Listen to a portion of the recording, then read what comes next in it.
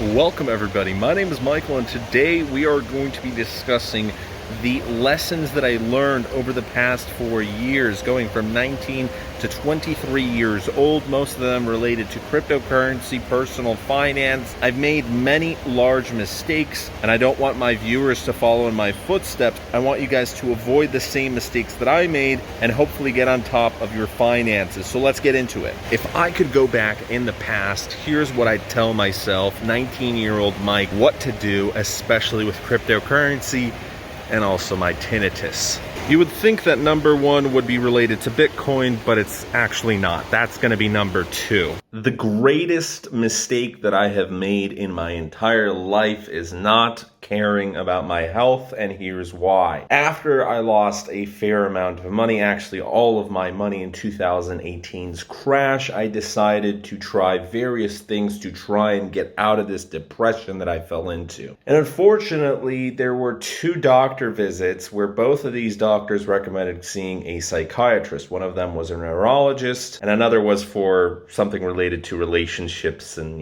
a topic that I can't really discuss on this channel. But I decided to trust the experts. I decided to trust the doctors, and here's also another lesson. Always do your research into medicine, into doctors, into everything that could potentially permanently change your life. I didn't do that. I decided to trust the experts blindly, and even though I used to do a lot of research about every supplement that I took, every medicine, I decided let's go and trust these doctors. I went to a psychiatrist. He recommended a medicine for me, and it absolutely messed my life up. Of course, I am to blame for that. I'm not going to blame anybody else. It is what it is. Some people are really allergic to normal, everyday OTC medicines that millions of people take without any side effects whatsoever or extremely mild side effects. And then 1 out of a million people get extreme allergic reactions, and some people even die. Unfortunately, the medicine I took isn't so rare with its side effects, and there's entire forums and groups, and even the FDA changed things about it. It has been in the news, and now there's a black warning on it. It can cause breathing problems and a host of other things. It's related to the central nervous system, CNS, and that is connected with a lot of parts in your body. But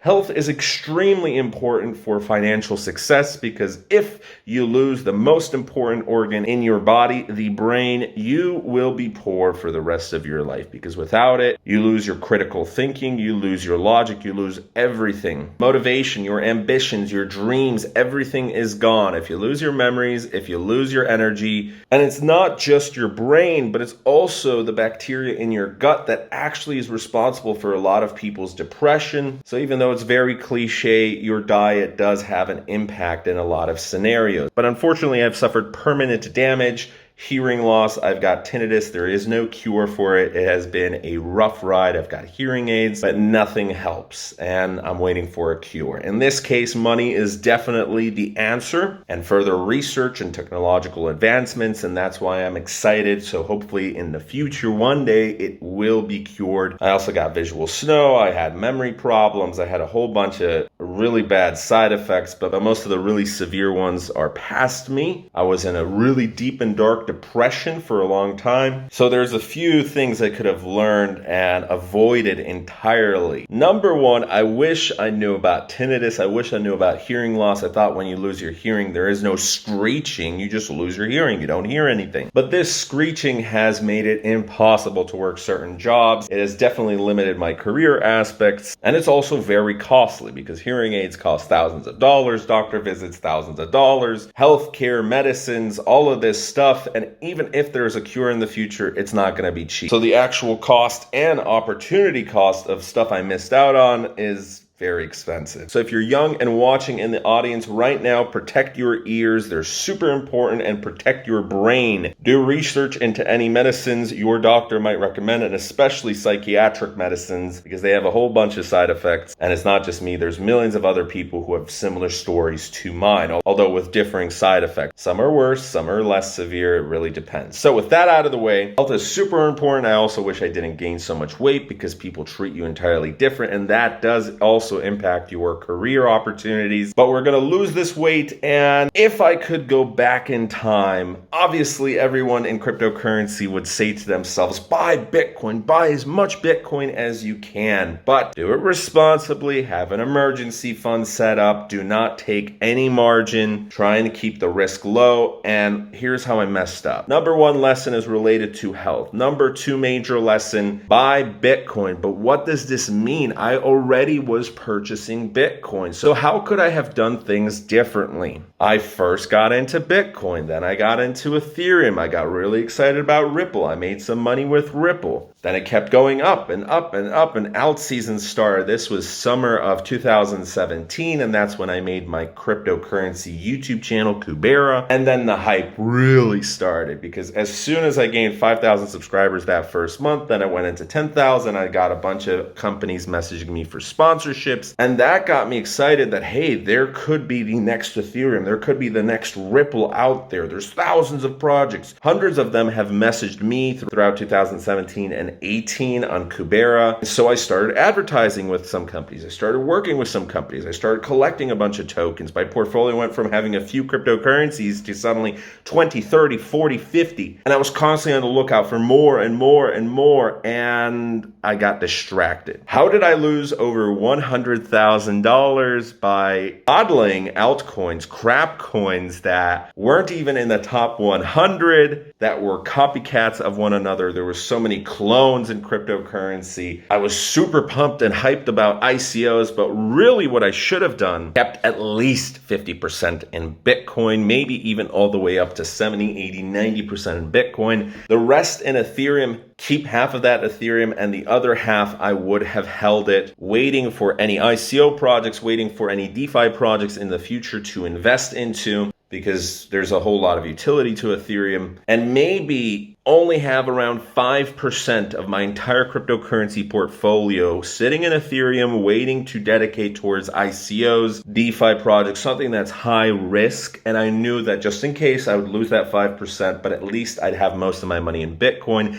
If Bitcoin would fall, I always knew that there was that risk with it falling, and it did, starting in February, March, and then see you goodbye. But when it crashed, I lost around $50,000, $60,000. I don't even know the exact amounts because I was in such a state of shock. Shell shock. I felt like I came out of war, the crypto Titanic memes. Everybody's like, ah! Yeah, so when you lose half of your portfolio in a single week, in a matter of a few days, you're just watching, there's the meme where everything's around you on fire and you're just like sipping coffee. Oh, it's fine. It's gonna go back up. I thought it would go back up. And there's so many lessons, but the main one is buy Bitcoin, hold Bitcoin, keep most of your money in Bitcoin, because time and time again, no matter how revolutionary a project is, no matter what faults there are with Bitcoin, nothing has beaten Bitcoin to this day. It still is number one.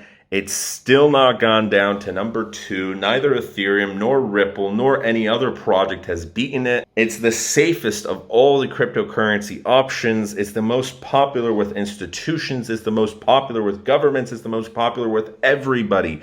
A lot of people have heard about Bitcoin, but few people know what Ethereum is outside of the cryptocurrency world. Now it's gaining more in popularity, so it's probably Bitcoin and Ethereum, but you might not have heard of Ripple or Polkadot or Cardano or whatever other altcoins out there, because in the top 10, probably heard about them once, maybe twice through a friend, seen them on Instagram, Dogecoin, because it's a meme. But for example, Swissborg, no one would have an idea except those who are sitting in cryptocurrency, those who are interested in cryptocurrency.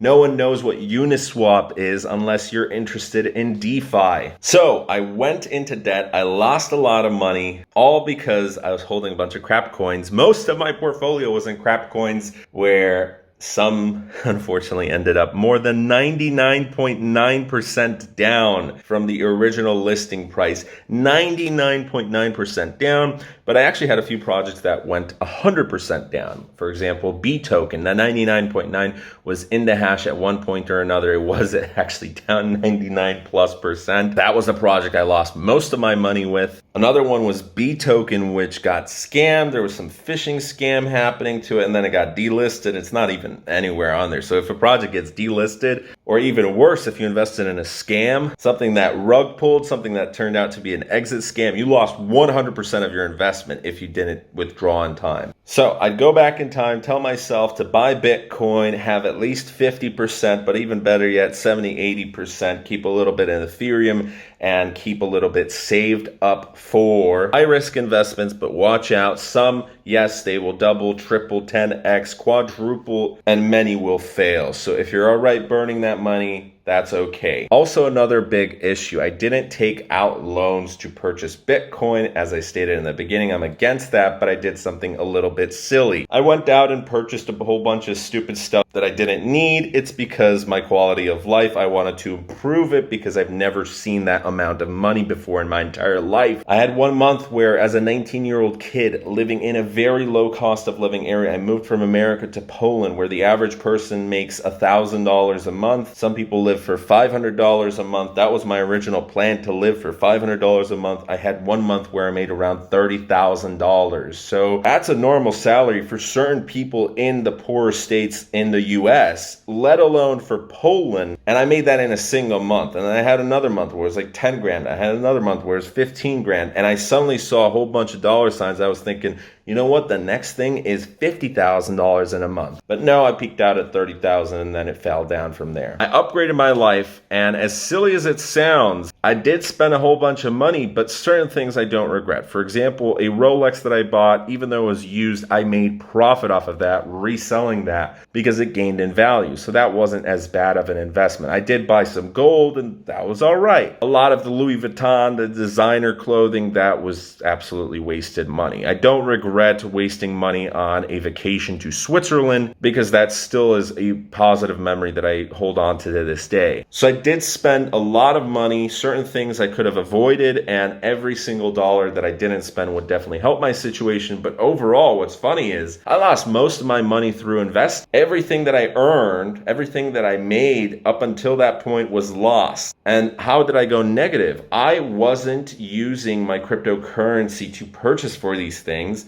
I knew that it was there in the back of my head. I was like, all right, it's probably going to keep gaining in value, or even if it falls, it's still such a large amount. At my spending, sure, it was thousands, and even 1 month where it was over $10,000, $10,000, $15,000, but I was spending less than I was making. However, I held all of my money in cryptocurrency, and then I started using credit cards to pay for my life, and I told myself I would just withdraw at the end of each month. But as soon as cryptocurrency fell, and I still could have paid off everything, all of my credit cards, I decided not to, because I decided, you know what? It'll probably go back up. It's a dip, buy the dip. And I actually bought more, which was not smart. And then when it went down even more and I had to pay off certain bills and I wanted to save my credit score, that's the first thing that I latched onto. I was trying to save my credit score, which cost me hundreds of dollars in fees, maybe even over $1,000. I was sending money from one account left and right here and there, withdrawing, and it delayed the inevitable for about a month or two.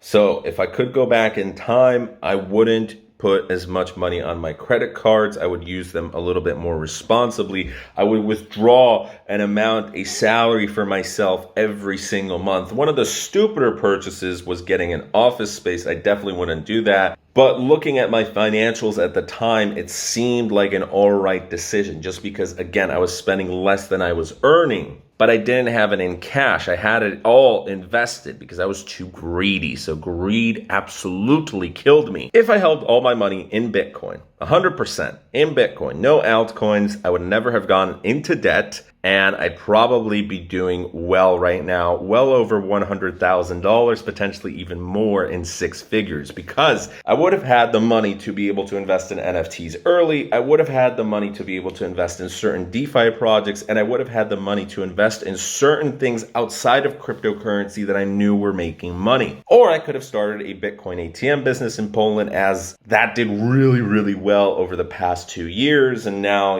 every single year it's getting a little bit more saturated. If you have money, it's easy to make money, but one of the easiest low risk options would be to start a retirement account. I haven't been really numbering. So 1, health. Go back, learn about tinnitus, watch out for psychiatric medicines, do more research, work out, eat well, take care of my brain, take care of my ears. Number 2, go back and buy Bitcoin, forget about crap coins, maybe have a little bit to just satisfy myself and maybe make 100x on one altcoin project. But even if I lost everything, at least I'd have most of my Bitcoin and I would have never fallen into debt. Number 3, take better care of my personal finances. Don't buy as much crazy stuff as I did. That wasn't the thing that bankrupted me, but it certainly didn't help. And most of those things fell and depreciated in value drastically. Although I would go back and buy a car because then later I had to take out money that I could have left in Bitcoin later on. This was in 2019 for a cheaper car. I should have just bought something super reliable. Spending is all right if you have an income, and that leads me to another lesson. Focus on income. I would have told my earlier self, focus on income, not on investments, because leave those investments alone. Do dollar cost averaging for Bitcoin. So put $500 into Bitcoin every single month. Go put $500 into index funds, into a retirement account every single month, and I would have been fine as long as I had an income. In the middle of 2018, I should have either done focus more on my YouTube channel because that was bringing in an income, or get a job alongside the YouTube channel, and both of those things would have helped reduce my debts. The income would have helped. I would have also been able to throw more back into Bitcoin, which if I held long term, currently at this position, it'd be hundreds of thousands of dollars and we'd be a-okay. So what did I do wrong? I didn't have any income whatsoever. I also really got depressed and I stopped producing content. Oh my goodness, this was another huge mistake. I would go back and tell myself the whole reason I gained so many subscribers in the first place very quickly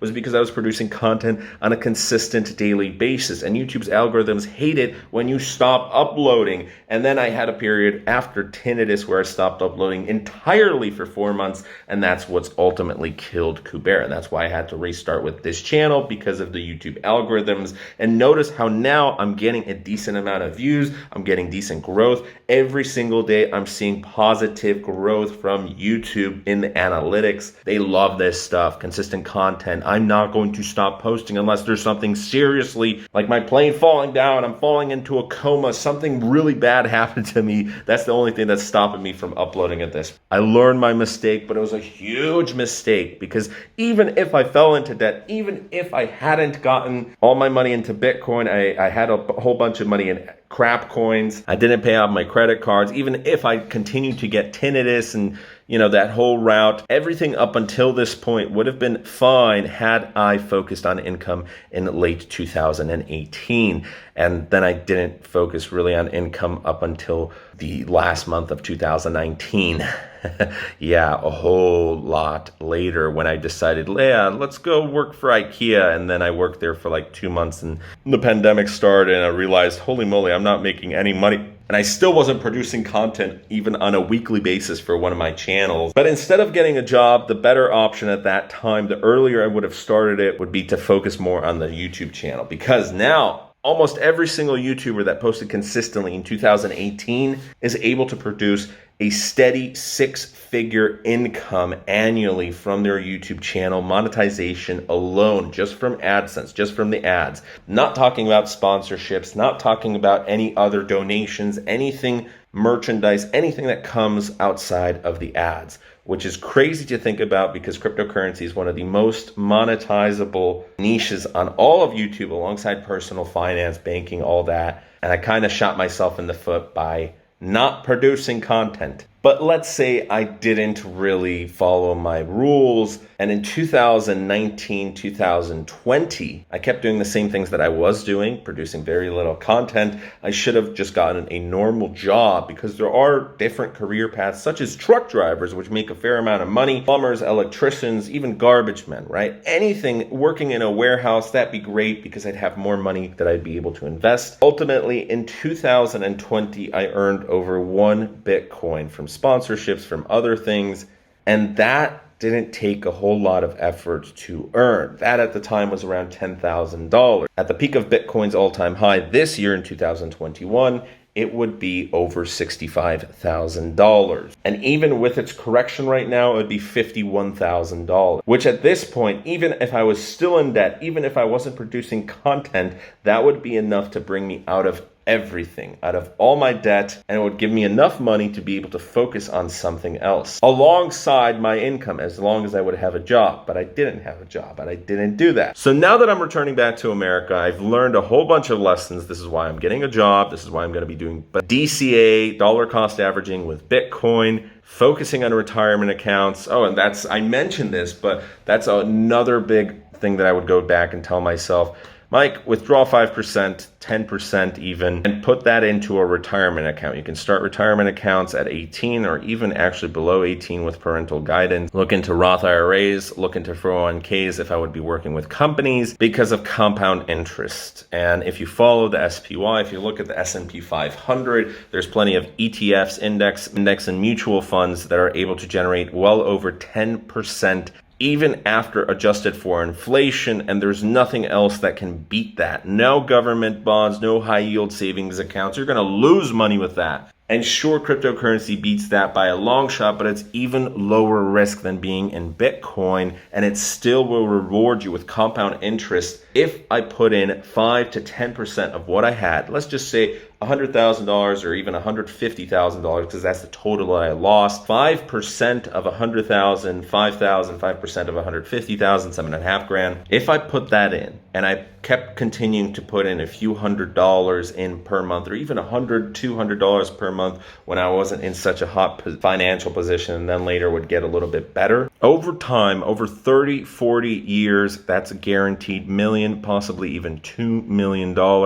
You're able to play around with the percentages, obviously, but even starting from 5%, and again, we're talking about stuff that's been on average over 10% adjusted for inflation. Not all of these funds will, some of them have pretty high fees, some of them aren't getting up to 10%, some of them are 6, 7, 8%, but conservatively 5 or 6% compounded interest. Retirement accounts are super important even if you're 18 years old. So I would go back and tell myself about that, because stocks are just as important as cryptocurrency. One affects the other. And even after the recession, even after the pandemic, even after all of these things that should crash the stock market, it kept on going up and up and up and up. And sure, there were flash crashes. Sure, there were temporary corrections, but ultimately over the past 4 years, I'd be up quite a bit, and it would always be something to fall back on. So I would never be at zero or in the negatives, right? Something else that I would look back, these are smaller things, look into taxes, because now I'm going to have to pay my taxes, but I wish I looked into that earlier, because probably I'm going to get hit with fines now because it's all late, and I don't even have all the information for all the cryptocurrency exchanges anymore because some went bankrupt, some are gone, some deleted data if it's been longer than a year or two, and that's going to complicate things. But since I have had losses, hopefully we're able to even it out or pay as little as possible, but we'll see about that. So it would be easier if I just paid my taxes the year that I lost my money, not 4 years later, because I tried ignoring that. Another thing is, as soon as I would have realized that, hey, I'm running low on money and the jobs in a low cost of living area are paying pretty bad, I'd be looking at jobs in a high cost of living area, because doing YouTube in a low cost of living area is fantastic. If you're making money from that, it's easier to make it into a full-time job, into an income, even a part-time job. But in Poland, again, people are making $500 to $1,000, some rarely $1,500, $2,000, but anybody can go back and put $2,000, $3,000 per month at any normal job. And truck drivers make like $4,000, $5,000, $6,000, some even $10,000, $20,000 per month in America. So I'd go back to America earlier if I really wanted to fix my situation as fast as possible. And I'd put in a guaranteed amount every single month into a retirement fund, into Bitcoin and cryptocurrency. I'd also gain more interest in NFTs, because NFTs were around there, crypto kitties. I just kind of laughed at that. I'd gain more interest in DeFi.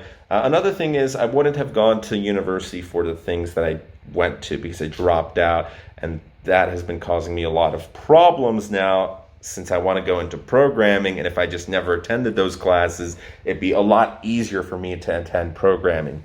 So if I could go back, I'd tell myself, Just do programming from the very beginning, because I want to learn programming, and it would also help me with cryptocurrency, and it would also give me something to fall back upon, even potentially a 6-figure salary, even though it wouldn't be that great because I never really enjoyed working for other people. It'd be something to pass the time by for a few years until I could go back into doing what I loved. I think I kind of went through all the major things. Hopefully you've been able to learn from this video. My credit score is rising again. The rest of the debts that have been charged off, it's not worth it to pay them at this point. They're going to fall off. There's a statute of limitations. So I'm not going to be able to get sued for them pretty soon, probably in a year or two for everything. I got credits and debts and all of this stuff both in Poland and in America. So when I'm moving back to America, the ones in Poland won't have any effect on me. But in both countries, they're going to run out after a certain amount of years. So in America, the full length is 7.5 years, but usually 7 years for it to fall off completely from your credit report. And at that point, nothing they can do. Fall back their money. They can't sue you. The statute of limitations has been passed. So that's going to be for me for certain debts in 2024, so in 3 years, and for others in 2025. By late 2025, everything should be good at that point. Everything should be good. There might be one in 2026, but I think by then I should be fine.